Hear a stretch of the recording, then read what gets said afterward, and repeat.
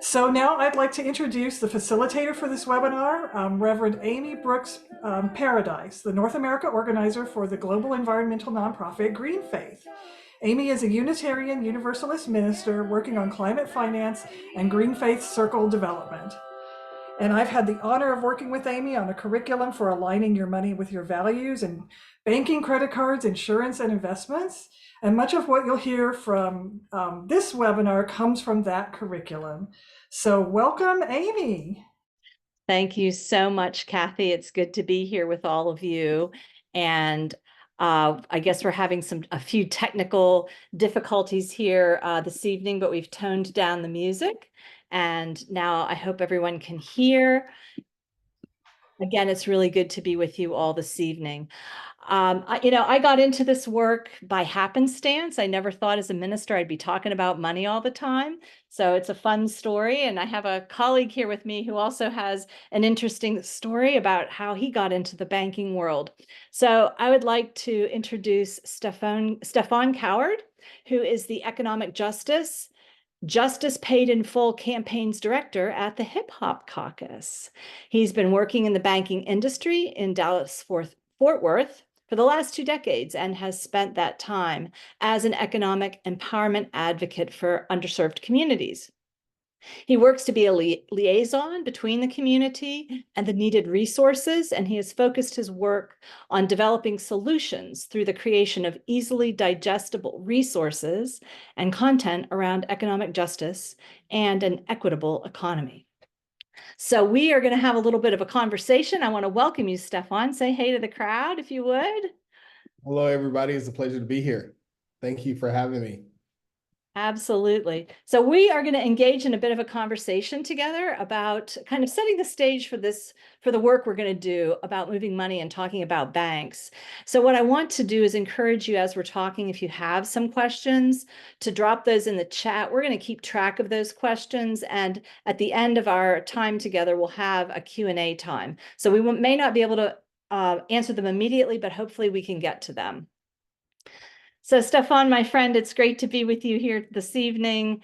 And I want us to spend some time talking about the importance and the moral imperative of choosing a bank that aligns with our values. And you also have some experience regarding the banking Black and the minority depository institutions work that you've done. So I'd like to kind of kick this off by asking each of us, sort of how did we get into this work, and why don't you lead us off? How did you get into this work? What drew you into thinking about these issues? Yes, so I thank you for the question. So I've been in the banking industry for the last 20 years, and I had an opportunity to work at all the different financial institutions, especially during the Great Recession. And I was in my 20s, and a couple of things that I noticed as I was leaving my university where I went to school at, and I'm driving down the highway, I would see less and less banks and more payday loan centers and check cashing places as I was going into a community that was deemed to be low income. And I started to wonder about, like, why is that? Why is that? And then I remember asking a customer in the bank about the community that we lived in and that I was working in, and how come there was not any economic development happening there. And he just simply told me, an older gentleman was like, they don't think that we'll take care of it. And that stuck with me as a young 20-year-old.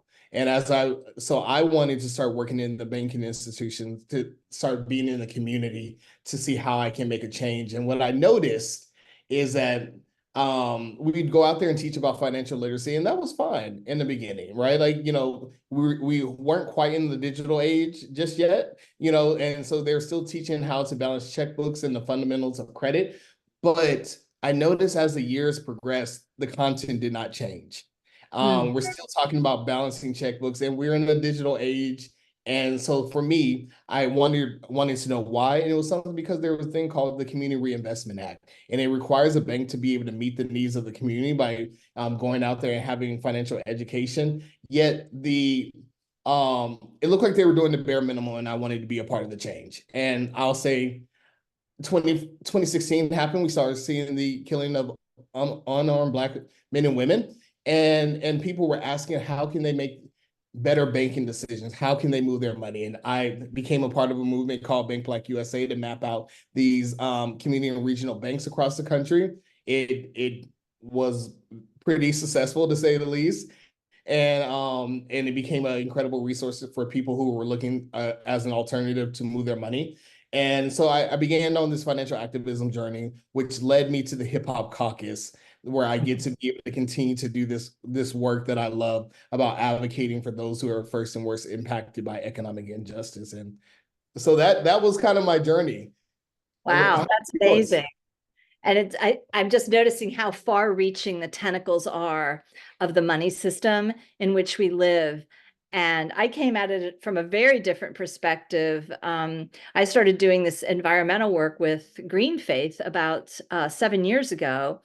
And along the way, it just became clearer and clearer that if you wanted to stop the damage that's happening all around the planet, but particularly in some of the frontline communities that you are mentioning, we had to figure out how to stop the money. And so I really started getting into this because it felt like the right connection, especially as a person who's always had access to some resources and to some money. And also as a person who lives in a country that has a very consumerist lifestyle, I guess I would say. And so money becomes the driving force in an economy like that. And it's time that we stood up and said, this is not right. This is not fair. It's not equitable. And it's actually hurting what we're doing to ourselves, to each other, and to the planet. I used this example with you the other day, Stephone, when we were talking about this. You know, if you saw somebody hitting somebody else or a child hitting another kid, would you stop them? Of course, you'd say, no, you can't do that. And so I kind of switched that question to say, so why are we okay with people doing damage with their dollars? Can we start asking ourselves those hard questions, and can we find ways to answer them that feel more in keeping with our values? And so I think we're going to talk a little bit more about that tonight and help people get into that, into, you know, not just the question, but also some of the answers. So another thing I thought about, Stephone, that I'd love to chat with you about here is, you know, you hinted at it with the, you know, to whom money has been available historically. Do you want to say a little bit more about that? Yeah, like so what I think about is when you, so right now, like, you know, money is a way to make your voice heard. We see it for good and we see it for bad. People with access to capital seem to have a louder voice than those who don't. And it should not be that way. But you know, we're in this extractive economy and we're trying to make that transition to something more regenerative that pours into people. But there's an opportunity here for us to be able to use money to make our voice heard, right? So today we know that this financial sector really has like this major problem, like the lack of availability of like financial data. And while there's like a lack of reporting on what larger banks do with your money, the wealth information on how community and regional banks reinvest into their community is available. And what we're seeing is that by providing like data around where your financial institutions put their dollars, we can work a key piece of our mission of holding this financial system accountable.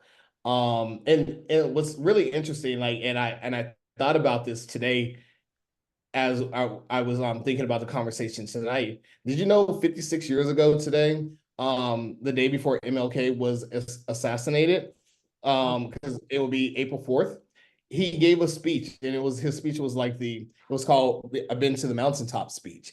And in that speech where he was advocating for sanitation workers, one of the major things that he was saying is like urging people to use their money to be more conscious about where they put it, and with a goal of building like a greater economic base for the community who had been advocating and wanting to make their voice heard. He was telling people to move your money to Tri-State Bank, which is now a part of a Black-owned bank called Liberty Bank. And so the purpose of it was saying that calling on the audience to like mobilize and unleash this economic power that we have available, and to demonstrate the power of financial choice and change that we can make when we do that. And so I wrap that up by saying that we need to send a message that financial institutions have a social license to operate.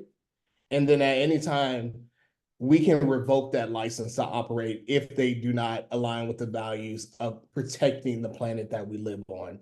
Because it should be an imperative for financial institutions to do business in a way that does not compromise the ability of our next generation to be able to do the same. Amen. I love that. When I talk to some people about this, they always want to act like business and money are apart from morals. In fact, I've heard people say to me, money is an amoral thing. It's like we shouldn't be thinking about this, especially in the context of religion. As a minister, I go into congregations and I try to sort of, talk with our conscience or our, moral code that we have and our faith, and how so many of our faiths teach us about doing right. And somehow they want this to be something that they don't have to talk about in church. And I'm like, I don't know. For the people who are Christian anyway, we all know that story of Jesus turning over the table of the money changers. And that really resonates for me. And it may or may not for others, depending on their religious tradition. But certainly it resonates with people of conscience that, this system that we have, this table that is set, is skewed. And that is something that even as people of faith, we can have something to say about that. And, the work I do with Green Faith really tries to help people get out there in public. And, going out there, you say revoking the social license. We trust banks sort of unconsciously to, do the right thing as if they're just going to do that automatically. They're that isn't really how they like to, that's not how they operate. They may like to think about themselves as doing the right thing, but they may operate differently. And so making those connections feels really important to me as a person of faith and conscience. Absolutely. There's this disconnect because one of the things that I like to also say is that for some reason we feel like we have to have this binary choice, right? Like either making a profit or prioritizing people. And these things shouldn't be mutually exclusive, right? Like there's an opportunity for us to be able to do both. And I think there's a mandate that we need to actually have that conversation of saying, how do we do both? Because there is a way forward. There are examples of organizations who use their resources to make positive change in the world. And I think that there's a couple of different best practices out there for us to be able to utilize as we are charting that path. I love that. And, that takes this conversation to a new level beyond the concrete things that we can do that we're going to talk about tonight and get into so people know how to take action. There's another level of action around the dialogue and the public discourse around this that also needs to be lifted up regularly and attended to, which is why, I love the idea of taking action in the public square. Sometimes people do this behind closed doors or quietly, but there's a whole other way that we can be more effective, which is not just to do it, but to talk about it, to make that public, with your friends, with your family, with your community, with your faith community, or whatever kind of community you're a part of, which I have to say doesn't always happen. What's been your experience with that in communities? We have had a system that has definitely tried to people have become a little bit depressed by this system. There's something called financial trauma. There's a course called Trauma of Money, if you haven't heard about it, and it talks about the different ways that financial trauma happens and how this system that we're living in right now contributes to that. And I think a lot of this conversation starts about with financial education, and I'm not saying literacy. The reason why is because right now financial literacy can be very condescending. It talks at people. It doesn't consider their lived experience currently. And what it does, it contributes to the problem of saying like, oh, like if you had just $600 or $6,000, just put that back in for a rainy day. Well, if only we had that, right? Like, like I probably wouldn't be in this scenario right now. And so you have a group of people who shy away from even having this conversation because of the old teachings that have been out there. Like you have to have this certain amount in order to be able to even have a conversation. And I really wanted to, like you were talking about, like flipping the tables. I want to flip the tables over on that conversation, right? Like, it like wherever you are at, you have an opportunity to be able to, by example or by spreading the word, about how to be able to move your money.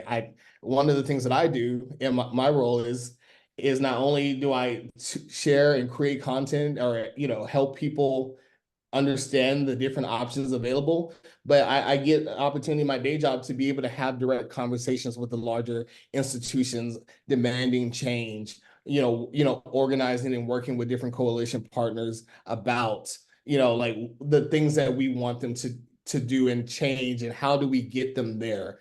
And so, yeah, like I think that no matter where you sit, there is an opportunity, but we do have to be very considerate of the fact that people are dealing with a lot of financial trauma, and we gotta start there, helping there first.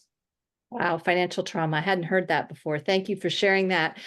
My friend, we're going to have to wrap this up. Our job was to set the big stage. I think we've done that. We've raised the larger conversation. We've talked about, a little bit about how money's been used historically. We've talked about the trauma that's caused. We've talked about ways that people can, start thinking about the larger conversation of the morals and the ethics of this. But now we need to bring it back down to the granular level, because tonight's program is going to be helping people get the skills to actually know how to move their money. And so I am delighted to say that we have two wonderful experts with us this evening. Stephone, I know you're going to hang around for questions later. Thank you, my friend. We're going to go ahead and move on to our presenters this evening. We have first Leigh Evans of This Is What We Did, and then second, Michael Richardson of Third Act Upstate New York. So I'll begin with Leigh. Leigh is the Climate Advocacy Program Manager for This Is What We Did. It's a nonprofit that offers educational experience, community, and easy access on-ramps to effective climate action. She manages all organizational programs, including the Move Your Money office hours, which you're going to hear more about, in partnership with Third Act. And she's worked across a variety of sectors, and they are honored to serve alongside the inspiring and dedicated team at this, fighting for the collective health of our planet, societies, and all living creatures. Welcome, Leigh. Do you want to say hello? Hello, thank you, Amy. Yeah, it's great to have you. And next we have Michael Richardson. He is the co-facilitator of Third Act Upstate New York and is on the steering committee of New York Renews, which is the force behind the landmark NYS Climate Act. He's also convener of the Rivers and Mountains Green Faith Circle, which is a multi-faith group of climate activists in the Upper Hudson Valley. From a varied cachet of experiences, including organic farmer, solar heating contractor, labor economist, county legislator, and Buddhist practitioner, Michael is committed to bringing attention to the moral imperative to stop funding climate chaos. Friends, again, before I turn it over to them, I'm going to encourage you to put your questions into the chat. We will answer them if we can. If they're easy questions for one of us to answer, we will do that, but then we'll have a Q&A at the end. And so I turn it over now to you, Leigh. Thank you so much, Amy. And Michael, I just want to give you a chance to say hello too, if you want. I'll make it simple. Hello. Perfect. I'm going to go ahead and share my screen and start off with our section of the slideshow here. So a little overview of what I'll be going over and Michael will be going over is it seems like we have a lot of eager folks who really want to get into the nitty-gritty and finding these better options. So we're going to just very briefly touch on the problem and why we're taking this action. Then we're going to dive into the mechanics of it and the process of moving your money and how to. And we have some bank search tools that we're going to be highlighting, and Michael will be demoing a couple of them for us. And then we'll talk about the resources and support that are available to you. So first, the problem, as many of you, it seems, already are well aware of, is that at its heart, the climate crisis is an ethical issue, and it's based on our decisions collectively as a society. We have the power to change things.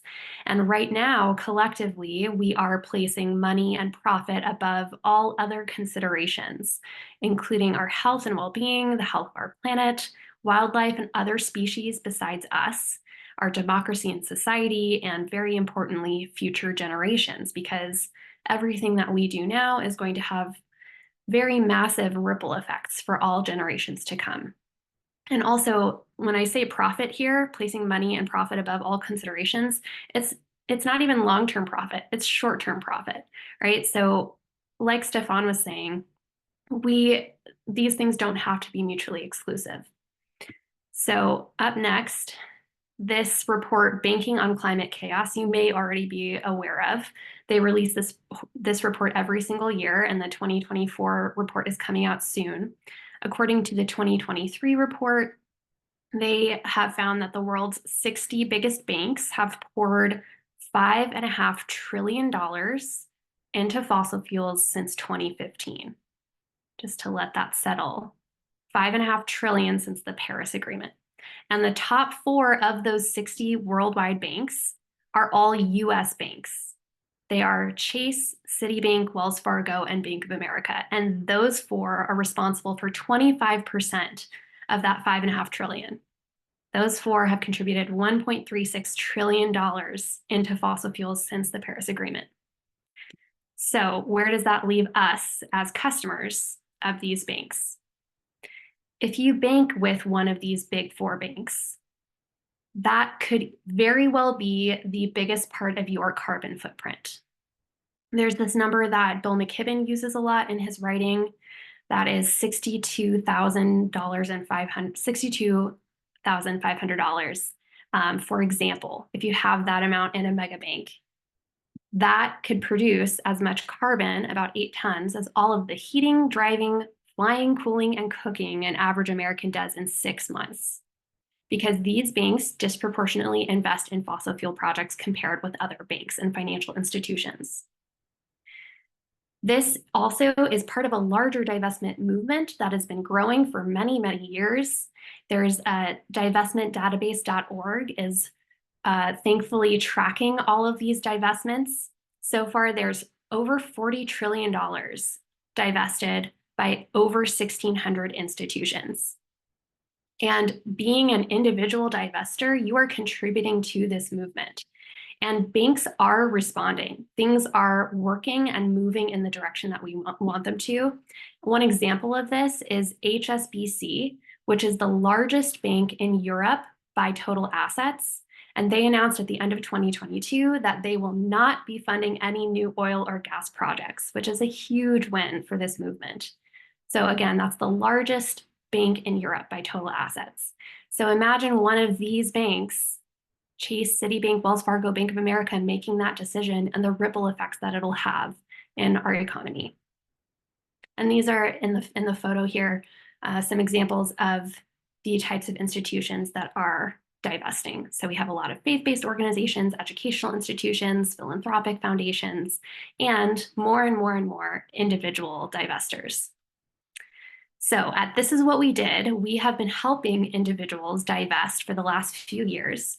And over those few years, we've developed and improved and improved and improved these tools to help people navigate the process, because we have found, both personally and for the people that we help, that a lot of people just want to tear their hair out or throw up their hands because it can be frustrating and overwhelming and they don't know where to start. So we have tools that we've developed and compiled into a workbook. And They help navigate every part of the process. They centralize resources from Green America, from Third Act, and from others.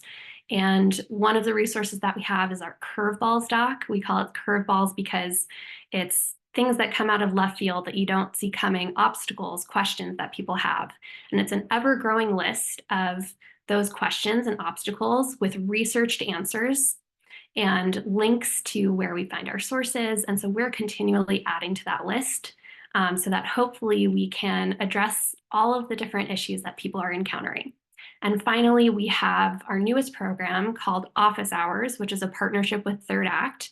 And that offers free one-on-one personalized support for you at any part of the process, whether you're brand new, whether you're stuck and you don't know how to move forward, or you're just trying to push through and finish the process.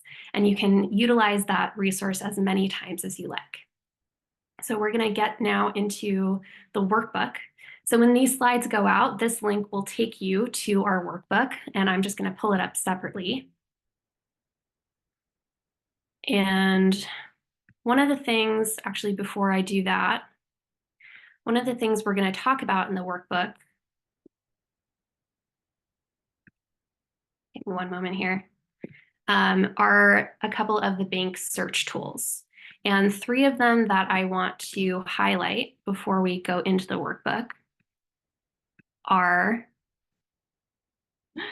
I keep clicking on the link. So while I bring that up, we're gonna bring up the Green America Bank Map first. So give me one moment here. So these are 3 that I'm going to highlight and just spend a couple of minutes on. What's really great about the Green America Bank Map is that it has these different criteria for the institutions that they include on the map. So first, they're certified by the CDFI, Community Development Financial Institution Fund. So that means they have a focus on community development. They're also certified by Green America's Green Business Network. They have a membership in Inclusive, which is a directory of credit unions that also have a focus on community development. They're members in the Global Alliance for Banking on Values, if they're in the US. And it includes FDIC identified minority depository institutions. Then Bank Green is great because they have something called the Fossil Free Alliance certification. So there's a button you can toggle on and off that shows you whether or not the institution has agreed to be fossil free. And then Bank for Good is also a wonderful resource that has a variety of filters that are different social good categories. For instance, they focus on clean energy finance, they're Black owner-led, Latinx owner-led, also have a CDFI toggle button, B Corp button, and many, many others. So let's go over the workbook here.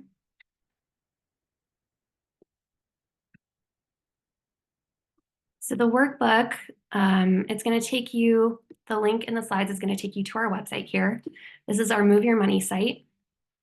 And we have information about our office hours, and the first one is the workbook. So this is where you would find that link.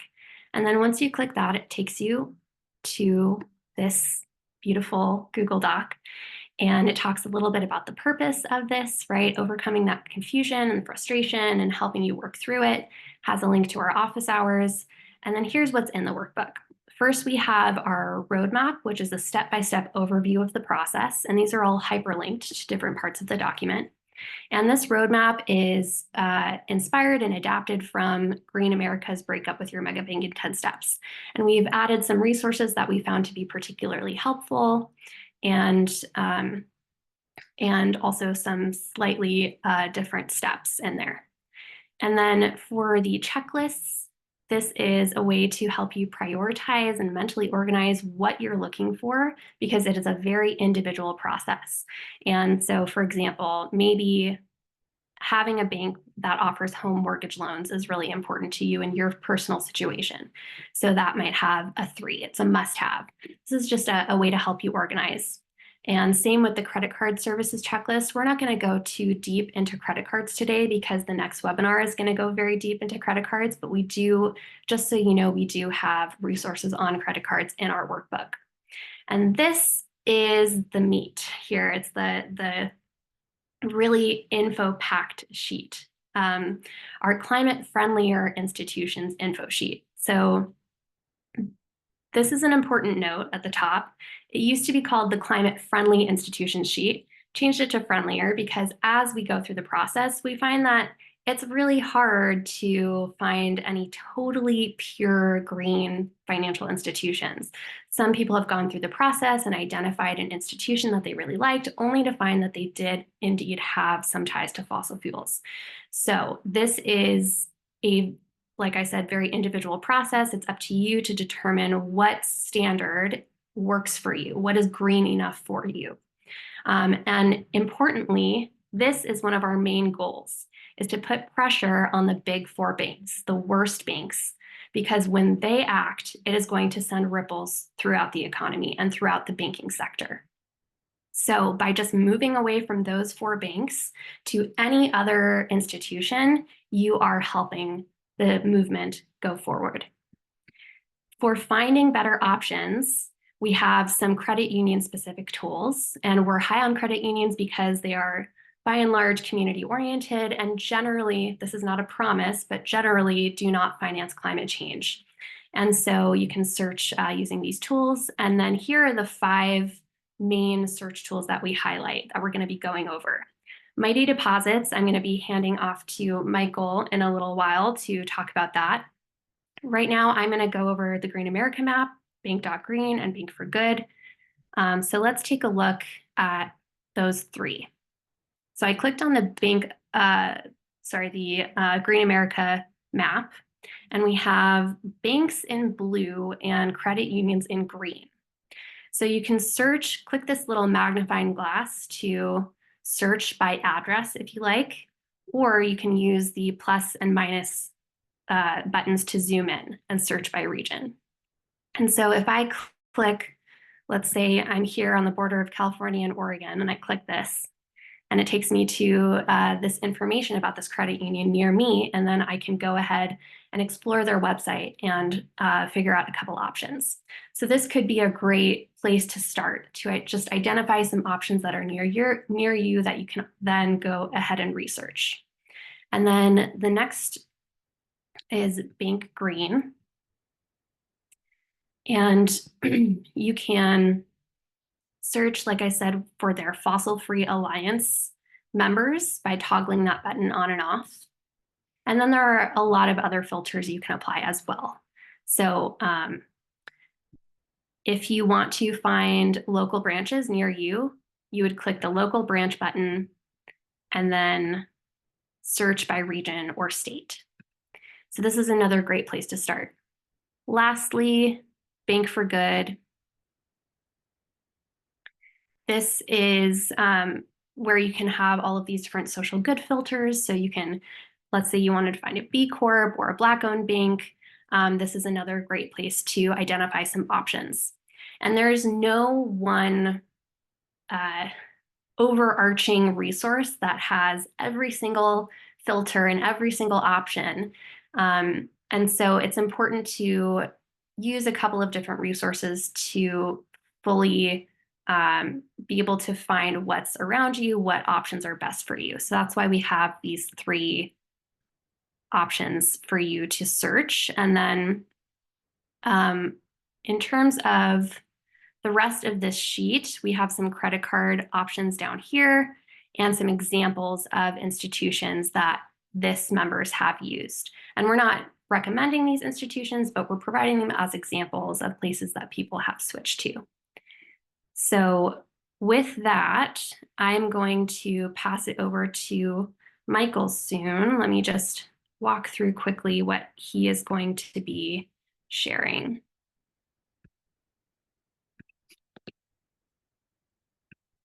So the other 2 of the 5 search tools that we highlight for both banks and credit unions are Mighty Deposits and Investing in Climate Chaos. Mighty Deposits shows what banks are doing with your money that you deposit, customer money, via loans and underwriting. So they use public data, so you can see what the US bank or credit union invests in, and you can search by location, and it lists percentages and types of community investments and how that compares to industry averages. I'll let Michael show you how that works. It also lists top funders of fossil fuels. Investing in Climate Chaos over here on the right shows what banks are doing with their money that they make off of our money. And this is from a Germany-based research group that tracks how institutions invest their money in coal, oil, and gas. And it displays the amount of investments in the form of shares and bonds. And you may have to do a little bit of research to find out the name of the parent company. So for example, Googling who owns blank this company. I'll let Michael give you an example of that. So I'm going to stop sharing my screen and hand it off to you, Michael. Go ahead. Well, thank you, Leigh. We have a lot of material to cover. I just want to preface this that many of us just did not even know that we were investing in the fossil fuel industry, that we were putting our money into the money pipeline towards climate destruction. I don't ever recall going into an institution and say, take some of my money and give it to the fossil fuel industry. This happens unwittingly. And so our situation that we're looking at here is, how do we know where our money is going? If you have an investment in a stock, you know exactly where it's going because you own a piece of that company and it's either doing things that align with your values or it's not, but you know. But when it comes to a bank, this is done unconditionally. We make our deposits. We go about our days and we don't ask any questions, nor do they ask us any questions about where to use the money.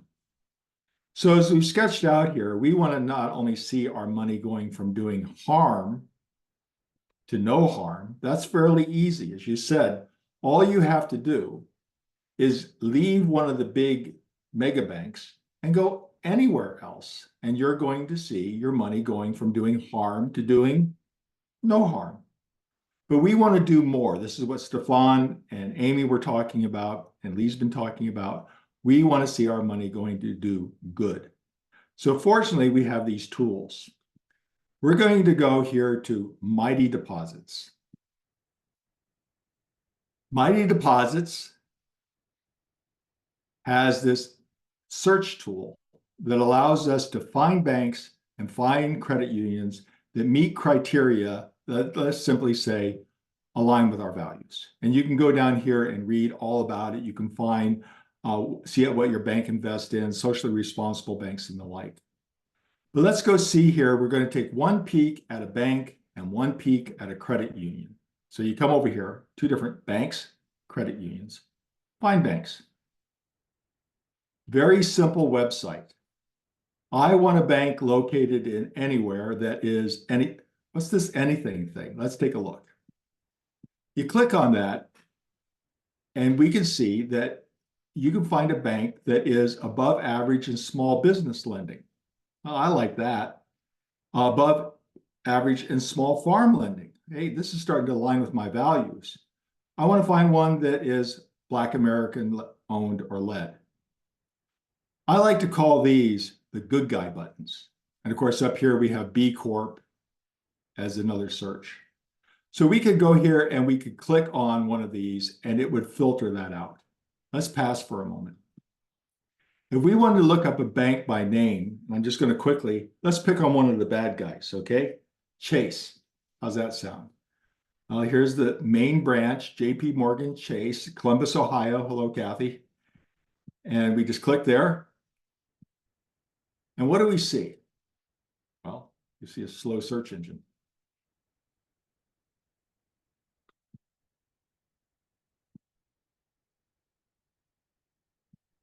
See if we can't speed it up here a little bit.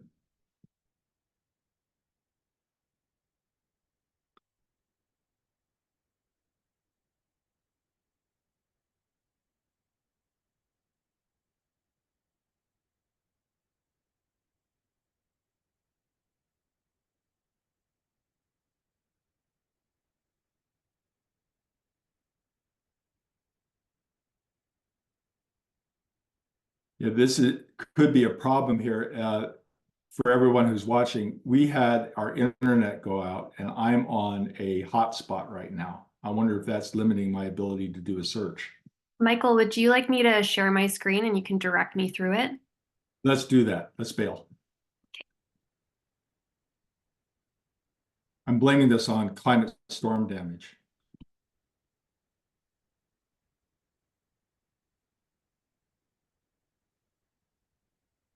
Yeah, so find banks.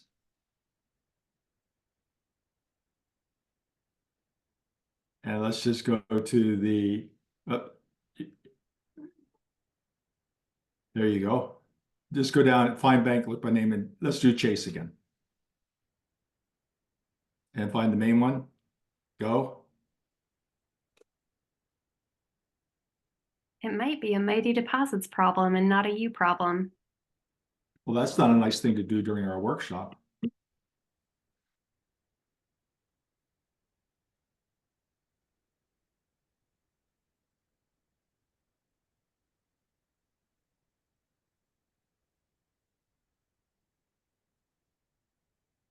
Let's give it one more try. Type in amalgamated.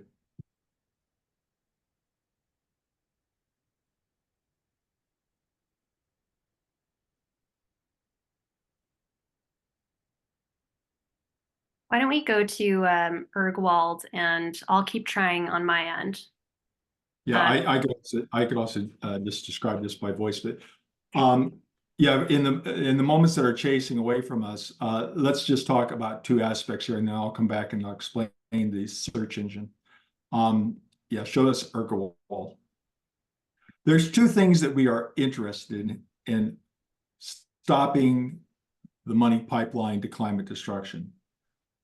We don't want to see our money, our deposits going off to being loaned or being used to underwrite climate damaging fossil fuel projects.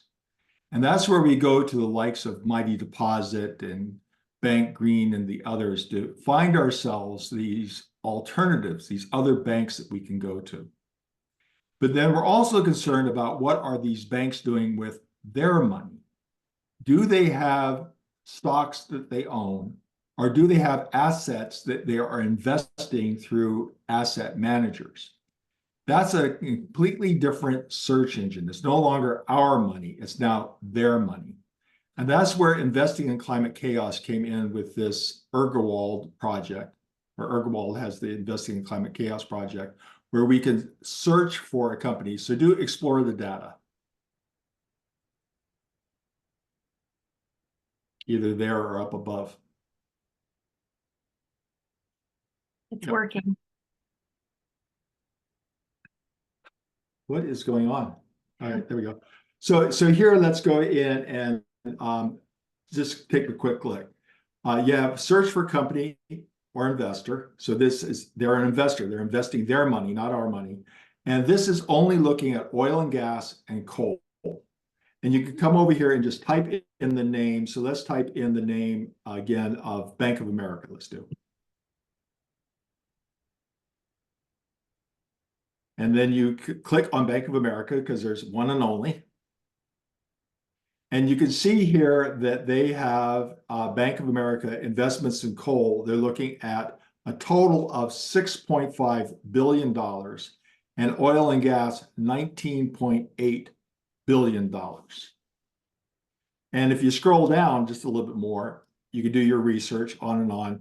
121 investments making up $26 billion. And there's all the companies that you can see. And their columns there are shares, which is the most of it, and some bonds. Now you can also go and type in other institutions. Let's say, if it is an insurance company, they will have assets under management that are being invested through the stock market into various companies, and it would show up. So if we typed in there Berkshire Hathaway,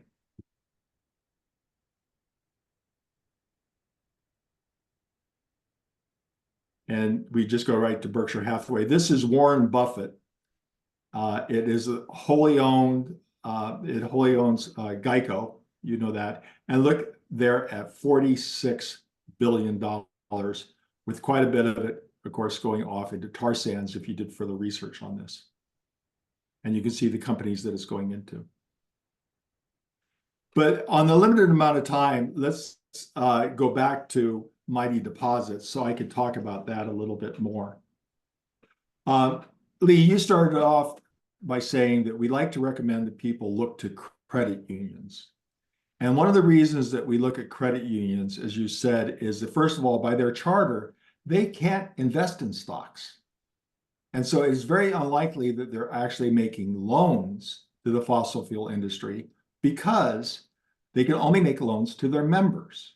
And I don't know of any of these big oil companies that are members of my local co-op. So going to a co-op is a real straightforward way.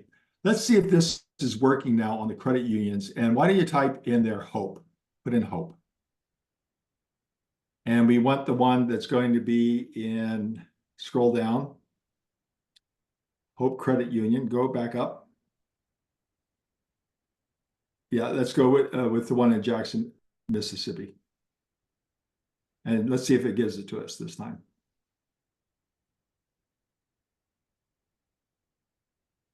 Oh, this is sad. Right in the middle of our national webinar, the main search engine is not working. So I'm just going to have to talk here. Let's just back off and we'll get into question and answers here in a moment. So I'm going to talk a little bit about the credit unions further. That most of the times when you want to find a local credit union where the members are the owners of the credit union, you elect a board of directors. That board of directors goes out and elects an executive team, chief executive officer, operating officer, finance officer, and they will then set the policies for that particular credit union. You can go to Mighty Deposits, look up your credit union, and it will actually tell you the percentage of the money that's going into those good guy buttons that we took a peek at. And you can see that your credit union is maybe putting 80% of all the deposits back into the community, or maybe 65% back into the community. And you can start to see, is it going into housing? Is it going into public works? Is it going into small businesses? And that way you see exactly that you're keeping, how do we say this? You want to eat local, shop local, and bank local.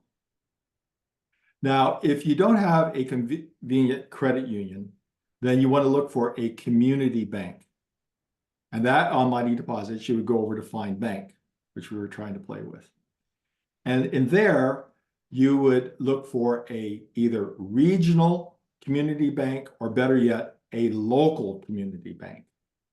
And you would go to Mighty Deposits and you would say, I want to see how much of these deposits they have on hand are going back into the community, and what type of loans are they making with our deposits.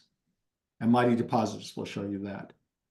Again, when you get to a community bank, their very charter is not to go out and make loans into fossil fuel companies. So with the help of Mighty Deposits, you can find these locations. Now, I like to give a plug back to Leigh's organization. This is what we did.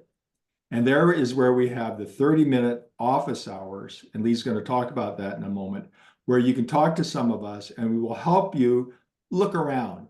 We'll get on a call where Mighty Deposits is actually working that day. We'll help you find things. And then also stay tuned with Green America for the workshops that we're making available around the country. So Leigh, we got about 10 minutes before the hour. Take it from here.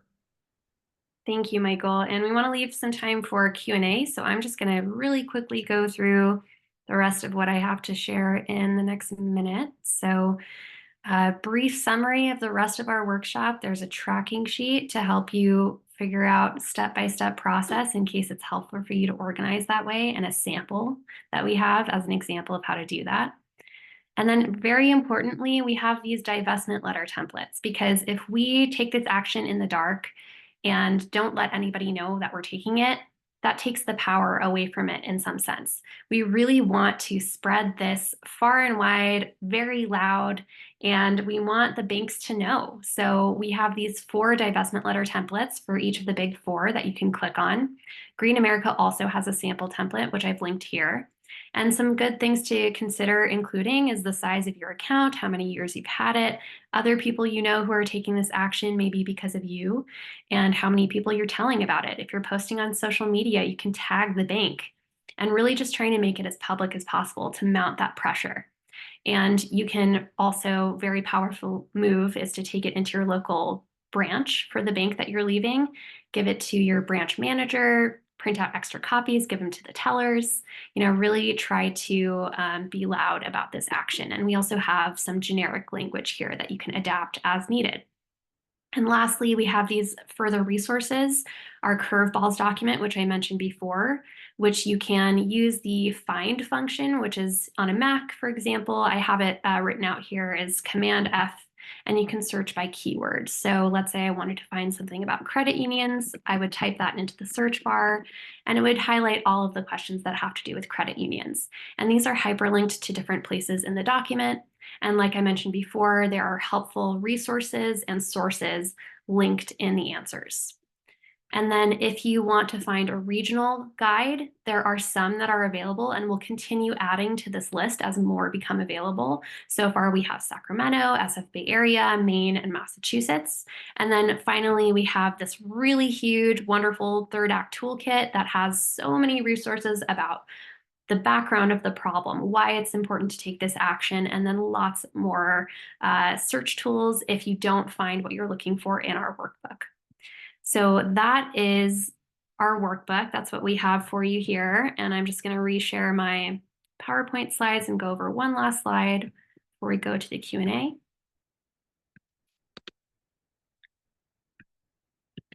So if you need support, you're overwhelmed, you don't know where to start, you're getting stuck, please come to office hours. This is, like we said, it's totally free. You can utilize it as many times as you need to, and you have these wonderful smiling faces waiting for you, ready to help you, Michael included as one of them.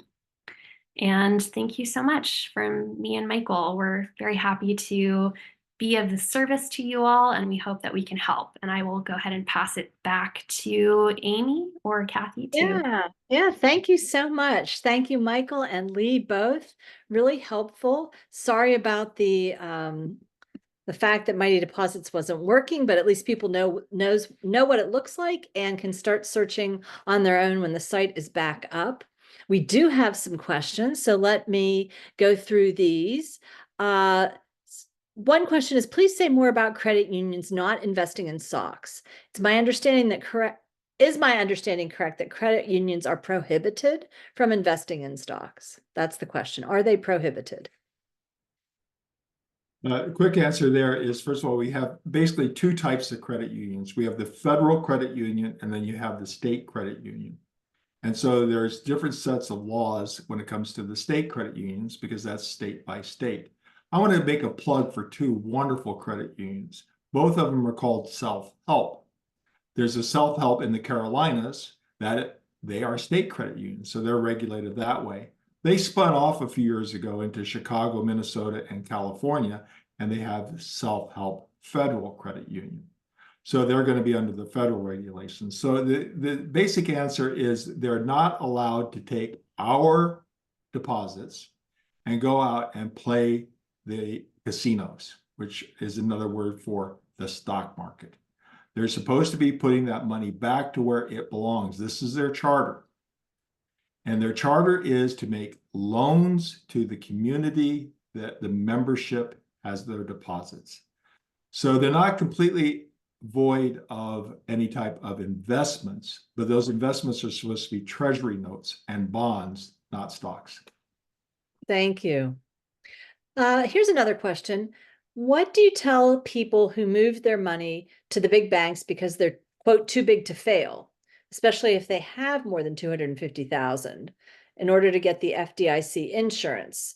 The concern here is that a lot of people did move to the larger banks when Silicon Valley Bank failed. I'll just jump in on that one too, if you don't mind. First of all, a lot of people were not doing business with Silicon. A lot of businesses were doing business with Silicon. I wouldn't be a little bit glib. If you have $250,000 in a bank account, you have it in the wrong place. As you know, at best on a CD, you're going to get 5%.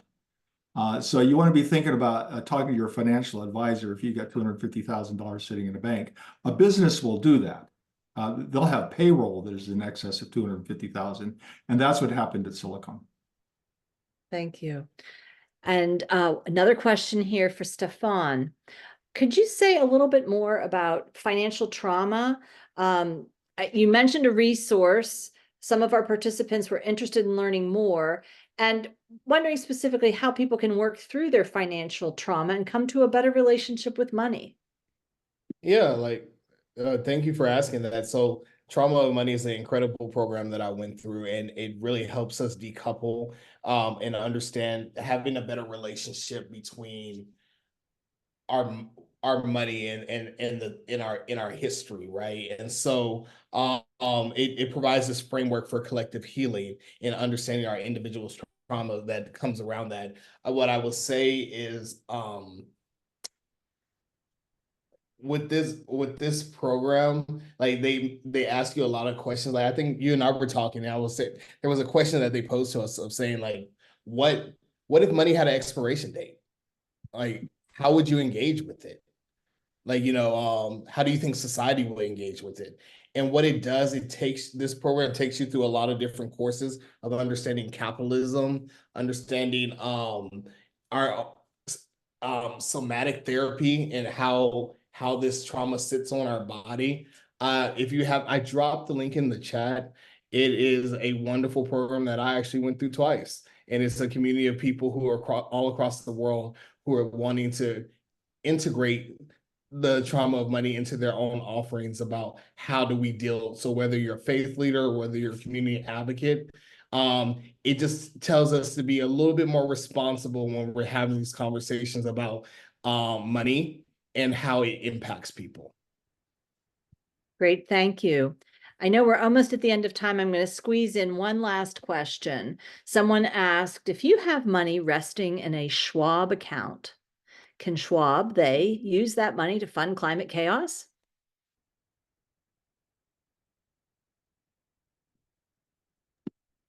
Well, first of all, your investments, those are your decisions. I want to go back that when you go to a bank and make a deposit, you do so unconditionally. And the only way you can direct your money from doing harm to no harm to doing good is you got to go find a bank that is doing good. And that's why we use money deposits. When it comes to investments, which is another workshop, that's your money. You have a contract. You decide where it goes. So if you have an investment with Schwab, you need to sit down with that financial advisor and screen out those things you don't like and put in those things that you do like. It's your decision.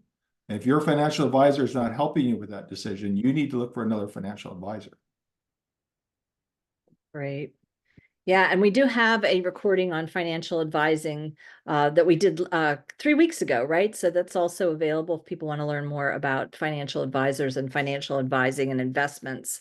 Kathy, I'm going to turn it over to you to close us out. Thank you so much, everyone. Been great to be here with you.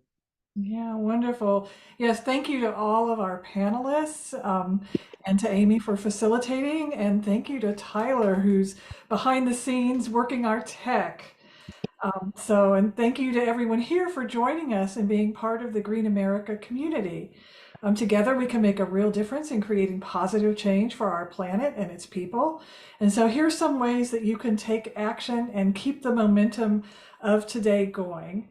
We're going to follow up with an email that has the recording of this session and also the slides, which will have all the links embedded in the slides.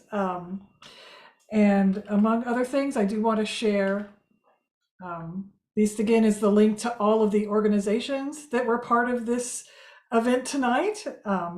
We have 2 upcoming webinars in the Responsible Finance series. Amy mentioned we did the webinar investing about 3 weeks ago, and we're getting ready to put that recording online. That did go out to whoever registered for that one, as this will go out to whoever registered for this one, and will also eventually go online. But 2 upcoming webinars in this series are Take Charge of Your Credit Card. That's Thursday, April 25th at 7 p.m. Eastern and 4 p.m. Pacific. And then our final one is on responsible insurance, which is a new area of responsible finance. That webinar will be Wednesday, May 15th at 7 p.m. ET and 4 p.m. PT. And you can register. I'm looking for the links here to drop in the chat. You can register for them at greenamerica.org/webinars. And I will drop that information in the chat. And then you can also sign up for Green America's email and stay informed about our latest campaigns, events, sustainability tips. We have a monthly newsletter, and you can sign up at greenamerica.org/sign up. So I'll put that in the chat. Follow us on social media. So Green America has Facebook, Twitter, LinkedIn, Instagram, and now TikTok. So feel free to follow us on as many of those platforms as you are on, and also be kept up to date. And finally, you can donate. Your support fuels our work towards a greener, fairer future. So consider donating today to help us continue these vital programs and initiatives. And every little bit helps and counts. If you donate, I believe it's a level of $20, then you can get things like our guide to socially responsible investing and better banking, and Your Green Life, and several of our other resources. So your actions matter, our actions all matter, and together we can build a more sustainable and just world. Thank you for your commitment to creating positive change, and we look forward to seeing you at future events. So thanks for being here.